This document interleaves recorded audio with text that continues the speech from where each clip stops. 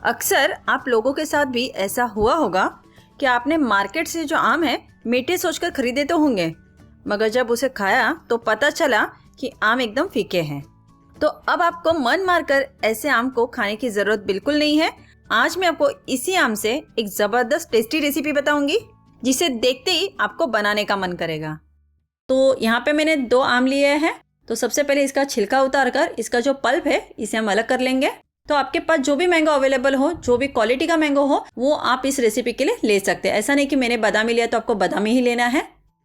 Friends, अभी तक आपने अगर मेरे चैनल को सब्सक्राइब नहीं किया है तो मुझे लाइक और सब्सक्राइब करके सपोर्ट ज़रूर करें। तो यहाँ पे मैंने मिक्सी का जार लिया है। इसका जो पल्प है हम डायरेक्ट कट करके मिक्सी में डालते जाएंगे क्योंकि हमें इसकी प्यूरी बनानी है। तो मैंने यहाँ पे 2 मैंगो लिए जो कि मीडियम साइज़ के हैं। टोटल हमें यहाँ पे 1 कप प्यूरी चाहिए। तो यहाँ पे मैं 2 मैंगो का इस्तेमाल कर रही हूँ। अगर आपके मैंगो के साइज़ थोड़े बड़े हैं, बड़े साइज़ का मैंगो लिया है तो हो सकता है कि आपको 1 ही आम लगे, और अगर आपने छोटे साइज़ के आम लिए हैं तो हो सकता है आपको 2 के बदले 3 आम भी लगे। तो टोटली डिपेंड है कि आपका जो आम है वो कितना उसमें पल्प है, यानी कितना गूदा है। तो चलिए अब हम इसे पीस लेते हैं। पीसने के बाद हमारी जो प्यूरी है बिल्कुल रेडी है। अगर आप मेजरमेंट के हिसाब से देखेंगे तो यहाँ पे टोटल हमने 1 कप आम की प्यूरी ली है। तो अब हम इसे साइड में रखते हैं। यहाँ पे मैंने आधा लीटर दूध लिया है, जो कि आप देख सकते हैं कि 500 ml दूध है, और ये जो दूध है ये पैकेट वाला दूध है। इस रेसिपी के लिए आप कोई भी डेयरी वाला दूध या फुल फैट वाला जो होता है उसका भी इस्तेमाल कर सकते हैं। ये भैंस का दूध है, आप गाय का दूध भी ले सकते हैं। तो दूध को नॉर्मली जैसे हम घर पे लाते हैं, गर्म करते हैं, वैसे ही मैंने भी इसे गर्म करके ठंडा करके लिया है। तो यहाँ पे मैंने एक पैन लिया है, आप चाहो तो कढ़ाई का भी इस्तेमाल कर सकते हैं।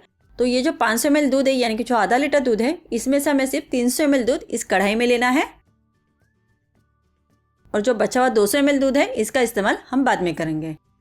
तो चलिए सबसे पहले दूध को जो है गैस पे चढ़ा देते हैं। तो इस दूध में फ्लेवर के लिए यहाँ पे मेरे पास 4 इलायची है। तो मैंने साबुत इलायची ली है, जिसे हल्का सा मैं इस तरह से ओपन करके डालूंगी, जिससे इसका फ्लेवर जो है अच्छे से निखर के आ जाए।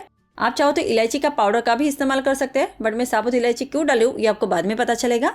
साथ ही में मैंने यहाँ पे 1 इंच दालचीनी का टुकड़ा लिया है। इससे भी बहुत ही बढ़िया खुशबू आती है, और मीठे में हमेशा अगर आप दालचीनी डालते हो तो उसका फ्लेवर और भी बढ़िया आता है। तो इसे भी डालेंगे। आप चाहो तो यहाँ पे दालचीनी के पाउडर का भी इस्तेमाल कर सकते हैं। साथ ही में मैंने यहाँ पे आधा कप चीनी ली है, यानी कि शुगर लिया है। अब जो चीनी की क्वांटिटी है ना, यहाँ पे कम या ज़्यादा हो सकती है, डिपेंड है कि आपके जो आम है कितने मीठे हैं। जैसे कि मैंने आपको पहले कहा कि जो मैंने आम इस्तेमाल किया है वो फिक्का है, इसलिए मैं यहाँ पे आधा कप चीनी का इस्तेमाल कर रही हूँ। पर अगर आपके जो आम है वो ज़्यादा अच्छे मीठे हैं तो आप चीनी की क्वांटिटी यहाँ पे कम कर सकते हैं, और अगर बहुत ही ज़्यादा फीके है या हल्के खट्टे हैं तो आप चीनी की क्वांटिटी बढ़ा भी सकते हैं। मैंने यहाँ पे वेनिला एसेंस लिया है, 2 से 4 बूंदे इसमें डालेंगे। अगर आपके पास वेनिला एसेंस नहीं है तो आप ना डालें, इलायची से भी इसका काम हो जाएगा। अब हम इसे मिक्स कर लेते हैं और दूध को अच्छे से उबलने देते हैं। इससे होगा ये कि जो चीनी डाली वो भी अच्छे से मेल्ट हो जाएगी, और जो इलायची डाली उसका भी फ्लेवर इसके अंदर आ जाएगा। तब तक हम बाकी की प्रिपरेशन कर लेते हैं। तो यहाँ पे जो हमने 200 ml दूध बचा के रखा था, इसी में हम आधा कप कॉर्नफ्लोर ऐड करेंगे। इससे हमारी रेसिपी को गाढ़ापन मिलेगा। इसे हम अच्छे से दूध के साथ मिक्स कर लेते हैं, जिससे कि इसमें कोई गुठली ना रहे। अगर आपके पास कॉर्नफ्लावर यानी कॉर्नस्टार्च नहीं है तो आप यहाँ पे अरारोट फ्लावर का या फिर जो कस्टर्ड पाउडर मिलता है उसका भी इस्तेमाल कर सकते हैं। तो देख सकते हैं मैंने इसे अच्छे से मिक्स कर लिया है। और साथ ही में अब हम करेंगे कि हमने जो ये मैंगो का पल्प अलग करके रखा है, यानी कि प्यूरी बना के रखी है, इसे भी हम इसके अंदर ही डाल लेते हैं, और कॉर्नफ्लोर और दूध के साथ इसे भी अच्छे से मिक्स कर लेते हैं। मेक श्योर कि इसमें कोई आम की ना गुठली ना रहे। आपकी जो पेस्ट बनाओगे, प्यूरी बनाओगे, वो एकदम फाइन होनी चाहिए। अगर कहीं भी बड़े बड़े चंक्स से आम के तो आप उसे निकाल दें। दोस्तों, अगर आपको मेरी रेसिपी थोड़ी भी इंटरेस्टिंग लगी है तो इस रेसिपी को ज़्यादा से ज़्यादा शेयर करें। तो आप देख सकते हैं कि जो आम का कलर वो हल्का हो गया, क्योंकि इसमें ऑलरेडी हमने कॉर्नफ्लावर भी डाला हुआ है। इसकी वजह से इसका जो कलर है वो हल्का हो गया है। तो ये एकदम पेस्ट बिल्कुल बन के रेडी है। आप देख सकते हैं इसमें बिल्कुल भी गुठलियाँ नहीं है। और दूध को चेक कर लेते हैं। यहाँ पे दूध में उबाल आ चुका है, और साथ ही में जो चीनी है वो अच्छे से मेल्ट हो गई है। अब हम करेंगे, जो हमने जो इलायची और जो दालचीनी डाली ना, अब हम इसे निकालेंगे, क्योंकि इनका जो काम था वो बेसिकली हो गया है।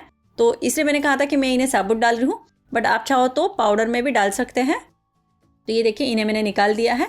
अब हम करेंगे कि आँच को थोड़ा धीमा करेंगे, और जो ये हमने आम की प्यूरी रेडी करके रखी है, तो ये जो दूध वाला आम की प्यूरी है, इसे हम एक हाथ से डालते जाएंगे और दूसरे हाथ से इसे चलाते जाएंगे।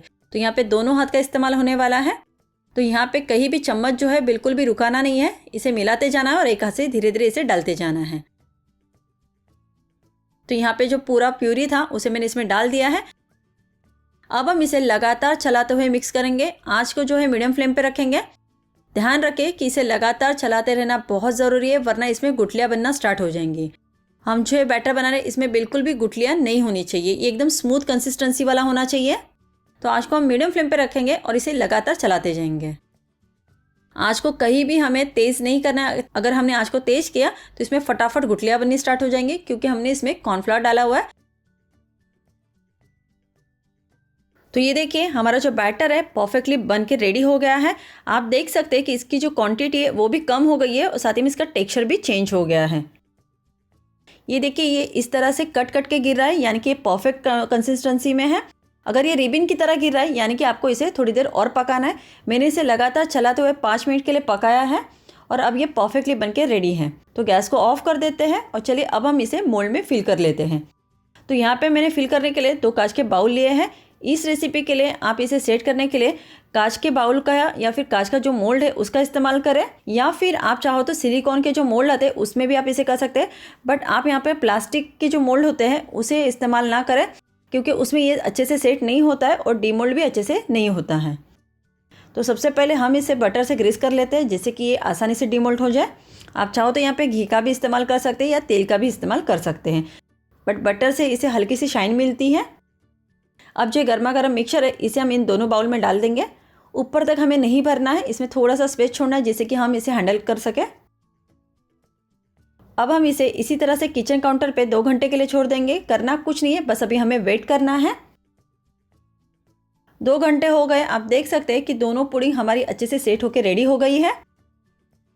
तो चलिए अब हम इसे डिमोल्ड कर लेते हैं। और ये देखिए कितने आसानी से ये जो हमारी पुडिंग है वो निकल के आ गई है, बिना टूटे बिना किसी झंझट के ये आराम से निकल के आ जाता है। इसीलिए मैंने कहा था कि आप यहाँ पे कांच के बर्तन का ही इस्तेमाल करें।